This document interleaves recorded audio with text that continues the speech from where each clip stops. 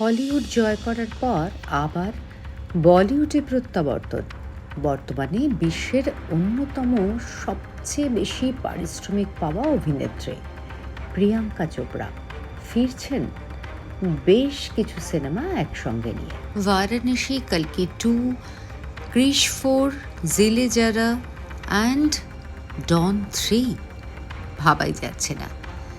কোয়ান্টিকো, citadel, আন্তর্জাতিক red carpet, হলিউডে নিজের জায়গা তিনি পাকা করেছিলেন প্রিয়াঙ্কা চোপড়া। অথচ আজ তিনি শুধু একজন অভিনেত্রী নন, তিনি একজন গ্লোবাল সুপারস্টার এবং এই মুহূর্তে সবচেয়ে বেশি পারিশ্রমিক পাওয়া অভিনেত্রীদের একজন।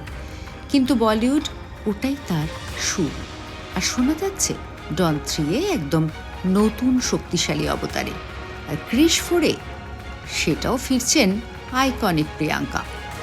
একটা সময় বলিউড তাকে তৈরি করেছিল, আজ তিনি বলিউডকে নতুন সংজ্ঞা দিতে ফিরছেন। আপনি কোন কামব্যাকের জন্য বেশি এক্সাইটেড বলে মনে করছেন নিজেকে?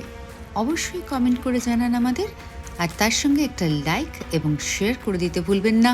যদি নতুন হয়ে থাকেন তাহলে অবশ্যই সাবস্ক্রাইব করবেন। সম্পূর্ণ ভিডিও দেখতে চোখ রাখুন জাহ্নবীতে।